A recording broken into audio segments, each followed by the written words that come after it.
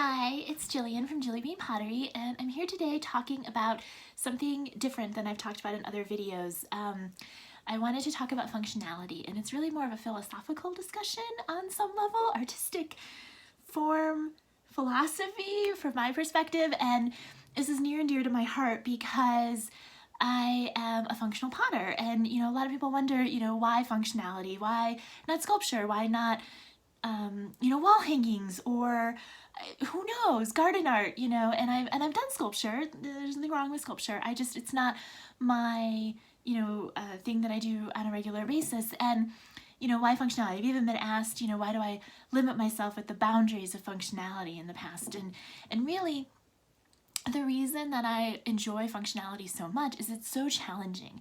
There's certainly challenges in any kind of art form and medium that you do, but for me, a functional piece has to have two things. It has to have one, great artistic expression and a voice for the artist. So you being there and putting yourself into it. The second thing it has to do is it has to work. It has to work. If it doesn't work, no one's gonna buy it. Or they'll buy it and they'll be like, oh, that's pretty, on the shelf.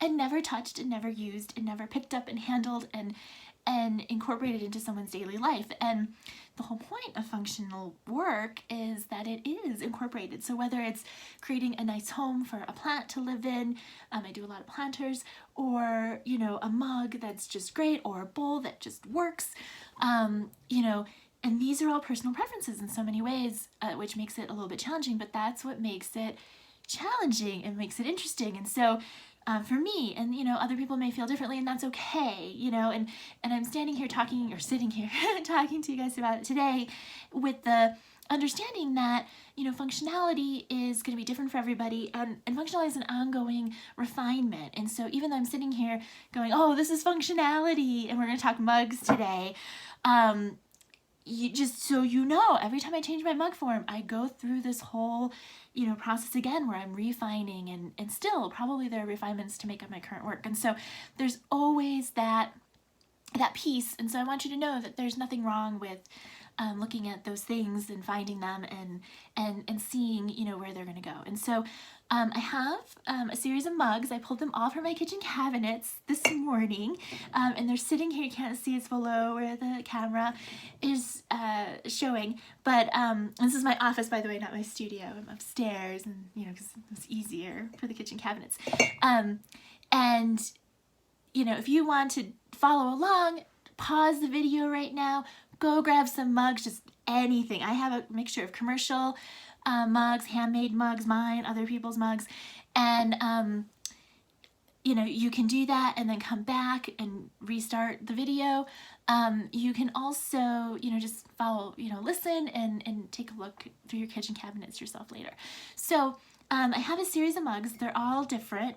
They all have pros and cons, and what makes a great mug, okay? In my experience, I started out making mostly mugs, and you soon come to find is everybody has their thing, what they think is a great mug. They want 1-finger handles, they want 4-finger handles, they want a certain size because they need that big coffee in the morning, or they just want a little espresso, or whatever. And everybody's different, and everybody's gonna have a different opinion of that. And so, you have to kind of decide early on, unless you're making every kind of mug imaginable, that maybe, you kind of narrow it down and you're just not the mug for certain people, This is some things that I've, come to learn and understand about mugs over my years of making them. So, in my opinion, totally my opinion, what makes a good mug? One, and this is based on my observations of customers interacting with my work, one, your nose has to fit. So what does that mean? This is super important, and you don't think about it when you're making a mug, but the nose has to fit and has to be comfortable. So if you're drinking a mug and it pops, it hits your nose, or under your nose or whatever, nobody's gonna drink from it. Nobody's gonna drink from it. Your nose has to fit. It has to go in. it has to go in because, and people are gonna think I'm crazy, but it's true, okay?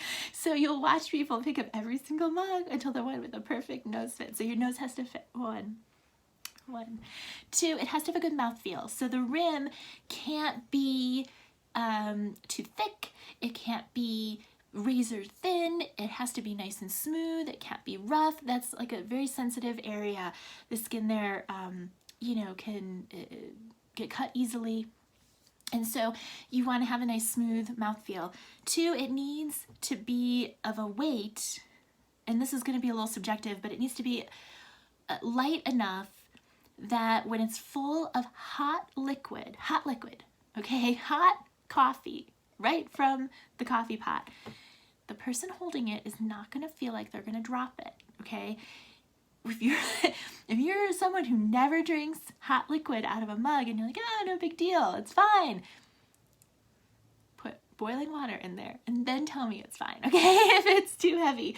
So it needs to be, you know, that doesn't mean that you want it to be so thin that it is easy to break. No, don't do that. But it needs to be of a weight that is comfortable enough. So if I'm holding this with hot coffee, hot liquid, I am going to feel safe. I'm not going to feel like I'm going to lose it. I'm not going to feel like I'm going to burn myself. So all of those things are things to think about. And that leads me to handles. Handles also are so important. So many people want to do these like great artistic handles, and there are ways to do artistic handles, and there are ways not to do them. And this is where the balance, the fun balance between functionality and design is so interesting, because how do you create an interesting design while maintaining that functionality and good handle? And so you can see this is a mug, a demo mug. I did several class sessions ago when I used to teach, and I'm not teaching anymore. I'm just doing these crazy videos. Thank you for joining. It's my teaching mug. And you know, you want a handle that does a couple of things. One, you can kind of see, you see my mouth through there. And the reason you can see it is because I make sure that there's this nice space. So when my hand is here, and this is hot coffee, my hand is not touching that coffee. So I don't even drink coffee, but these are all things that you have to pay attention to. And you want to, you know, ceramic clay is a conductor of heat. It's going to get very warm, as many of you know from, you know, experience of mugs and, you know, just in your life, not even ones that you've made.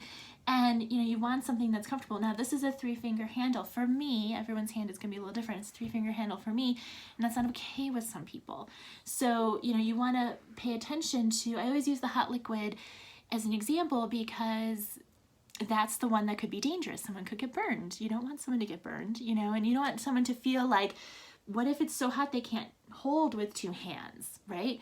What if so hot they can't do this yet? This is actually my preferred method of holding mugs. I have to be able to do this. I don't actually use the handle. So for me, the fingers have to fit through. So, you know, you have to, you know, people all hold mugs differently. You'll see people with that thumb stop, a thumb rest. Those can be really effective. And so you want to take a look at that, you know, how many fingers. And it's not wrong. There's no right number of fingers. Everyone's going to be different, whether they want 4 fingers or 2 fingers or 1 finger, but it needs to be a comfortable handle for whatever number of fingers it does do. And you may find 4-finger handles are better than 3-finger handles. You might find that. So, so that's another thing you have to keep into, you know, mind. You can have a fancy handle. Here's a great fancy handle. You know, this is a 1-finger. But, you know, look at what it is. You know, 1, my finger's not touching that side, so I have plenty of room. 2, there's this nice bump here for me to rest my thumb on. And there's a little divot right there for me to rest my other finger on. So now I have a great grip on this. And you'll notice, too, that this handle is up near the top. So if this handle was near the bottom, it would probably feel a little bit loose in my hand if I was holding a lot of, you know, hot liquid in here. And, you know, if I was, you know, I might not feel safe and secure, but here I have it at the top of the weight, you know? So the handle also has to be balanced. It has to be in a place that is going to allow the person to feel that when it's picked up in full liquid that they have a good handle on it. No pun intended. That was bad. Sorry about that. That was bad. So, you know, they have to feel that. And so, you know, this is a Bobby Free mug, old school Bobby Free mug from when he used to wood fire. He doesn't do that anymore, but I will link to him in the blog post. You know, be sure to check out his work now. You know, it has to be it has to be balanced. So that's, you know, another thing. And you'll see Bobby's got this great, nice tapered rim. So that's a good mouthfeel. Having that nice tapered, almost, you know, slanted rim, you know, the thinner while still being rounded is really nice and smooth from a mouthfeel perspective. Your lips just go right around that. And again, my nose fits, so that's important, you know. And you'll see, you know, these mugs are very different, but they both have, you know, similar qualities and similar things. So those are all things to consider. The other thing you want to think about, and not saying that these are the world's best mugs, they're, you know, not, they're just examples, is you want to think about cleaning. So when I'm doing this mug, okay, my handle, here's an example, I pulled intentionally. Here's an example. You can see this handle, it's right just past the rim. And why is that? You know, it's just there. This is probably just barely passable. If that handle were to come up way above the cup, it might look cool. It might look great. It's gonna be hard to clean. Okay? And the reason for that is because when I'm done washing this, I put it like this in my dish dryer. If I'm using a dishwasher, put it like this in my dishwasher. And if this handle is too funky up above the rim, it's not going to fit. It's not going to work. It's going to dry like this, and then soap scum and things aren't going to drain well. It's not going to be a good idea. So, you know, you don't think of these things, but it's like, oh yeah, the first time you use it, you're like, oh, it's a pain in the ass. It goes back in the cupboard, never to be used again. And that's not what you want. And that's the beauty of functionality for me, is like, oh, like who would have thought, you know?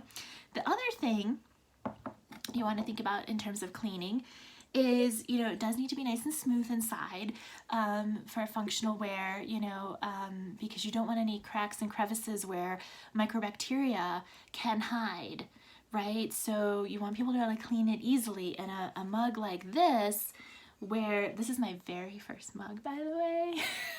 I used to wheel throw. For people who don't know, I just don't wheel throw anymore. It's one of my very first mugs, and I still have it to these days. There's so many problems with it. And but you know, one thing you want to think about, even though we'll talk about all of its problems in a minute, but right now, one thing you want to think about is this part right here, you know, comes in. You want to still be able to get a sponge or something in there to get to all of the areas, right? You can't, you know, if it's straight down, it's easier, but you want to be able to get to everything to clean it correctly, and you don't want any cracks or anything like that in there because, you know, again, the bacteria, you don't want that to grow. And so just to revisit briefly, you know, things wrong with this mug. This design here, and if you can see it, it's not cleaned up very well, so it's fairly sharp, and I know you can't tell that in the video so much, but it's fairly sharp, and so it's not, you know, maybe necessarily the best mouthfeel, considering these are near the mouth, you know. Luckily I can say it's not too bad. I do still use the mug because it's like my favorite, you know, first mug kind of thing. The handle is not good. Okay, see how it's thick and then it gets thin? It's hard to hold on to. Okay, so it's easier to hold on to the thick but not too thick, right? You want to be able to get your hand around it. I've totally had slab strappy mugs. You can barely grip them, you know, because they're so thick. It's, you know, I don't have like huge hands, so like, you know, to grip it is just weird. So but you want enough to grab onto, but then as it gets tinier, it's not as nice, you know, not as nice of a feel, and it's a weird shape, you know. It probably could have been done a little bit bigger for a better feel. My fingers feel a little squished, and there's probably a 2-finger mug, but a 2-finger mug, it feels unbalanced, right?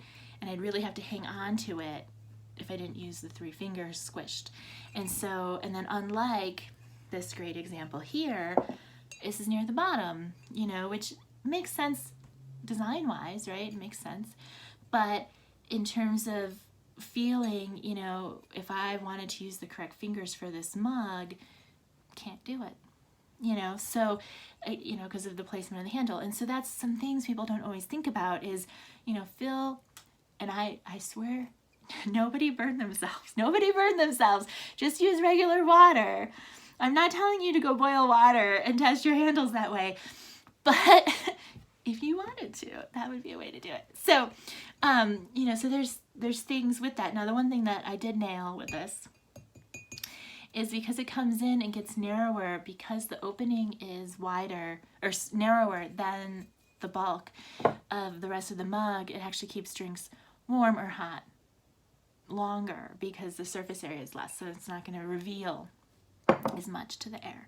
So that's one little thing I did do right in that mug. It's not the worst mug, but it's not the greatest mug. So, you know, so those are all things to think about and consider in your, you know, in your work. And so, you know, and that doesn't mean that you can't have interesting handles. This is a Courtney Murphy. I'll link to her in the blog too, so you can see her work.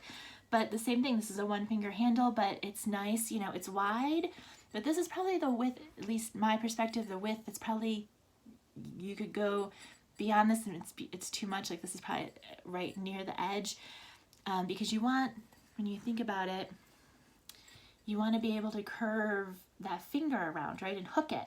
And if you can't do that, that's where you're going to have, you know, issues hanging onto it. So think, you know, think of that finger test. And two, it's nicely balanced. It's, you know, near the bottom, but not so near the bottom. And it's a sweet little mug, you know, it's got good mouthfeel, and, you know, one could, the nose fits, and it doesn't, you know, it'll clean well, and it's nice and smooth. And so, you know, these are all things to think about. You know, one of the best ways, and people might disagree with me here, all the mugs I've shown you so far are handmade.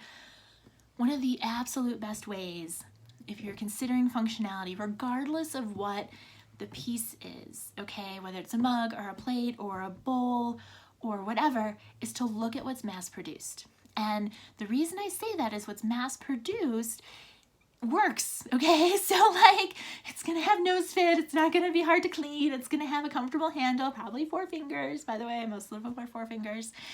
Most people like 4 fingers. It's either 4 fingers or 1 finger that are popular in my experience.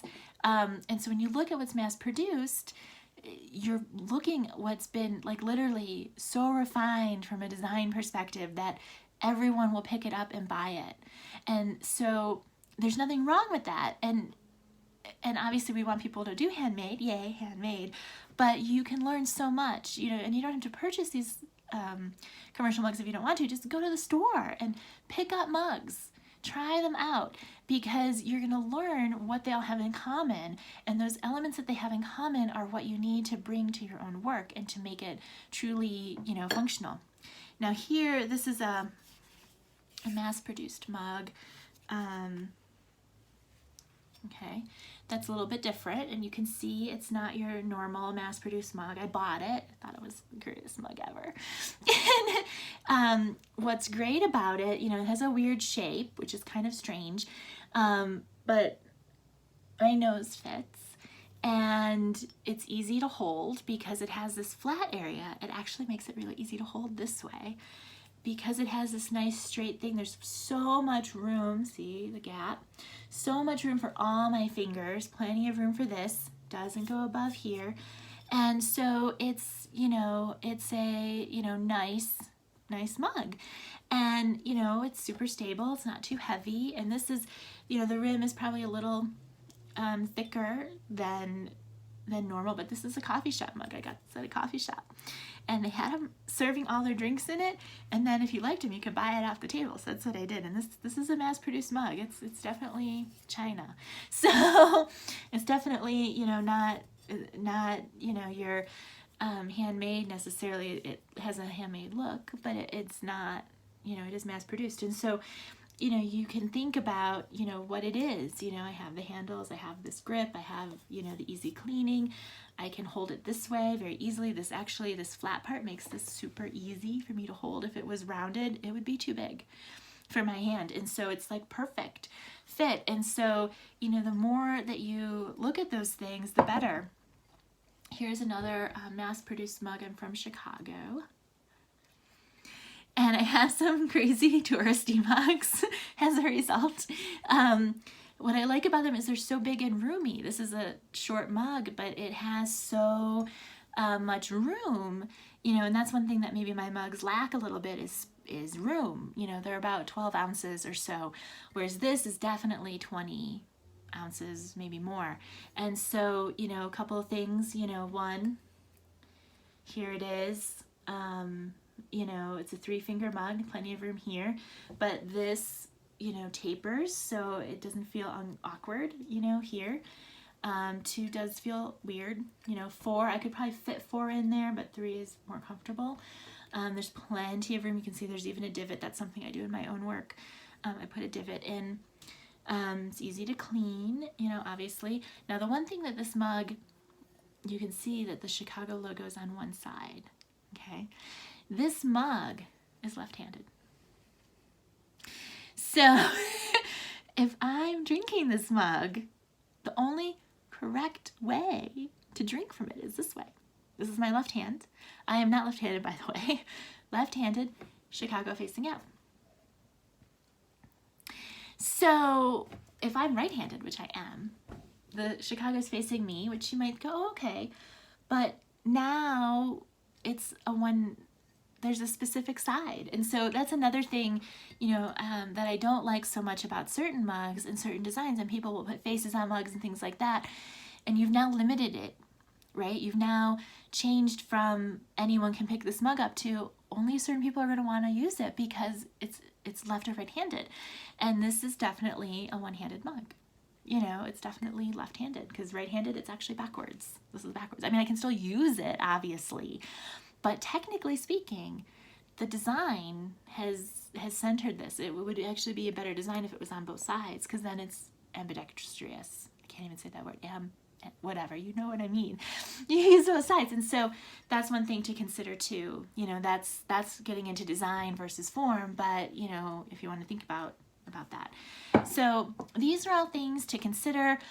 There's way more than what I've just talked about, and you know, for me, the best way to really explore functionality is to start doing it, to take this thought process and this way of looking at things, picking up every piece that you own, putting it down, feeling it, trying it out, whether there's liquid in it or not, and checking the mouth feel, checking the nose fit, checking whatever.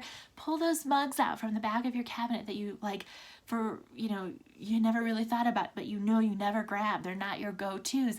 Pick them up and examine them, and now you're going to start to see why they're not your go-tos, why they're in the back of the cabinet, and you can start to feel that and look at that and understand. And we don't think of these things consciously, but as makers, you know, if you're a maker who's watching this, you have to start thinking about it that way. And so for those of you who are customers and just watching out of curiosity, welcome to the wonderful world of functional ceramics and the craziness that we put ourselves to. So just know that when you make a mug, you know, we want your feedback, because that's how we refine. There might be something we're not missing or we're not catching and we're missing. And so enjoy. Thank you for joining.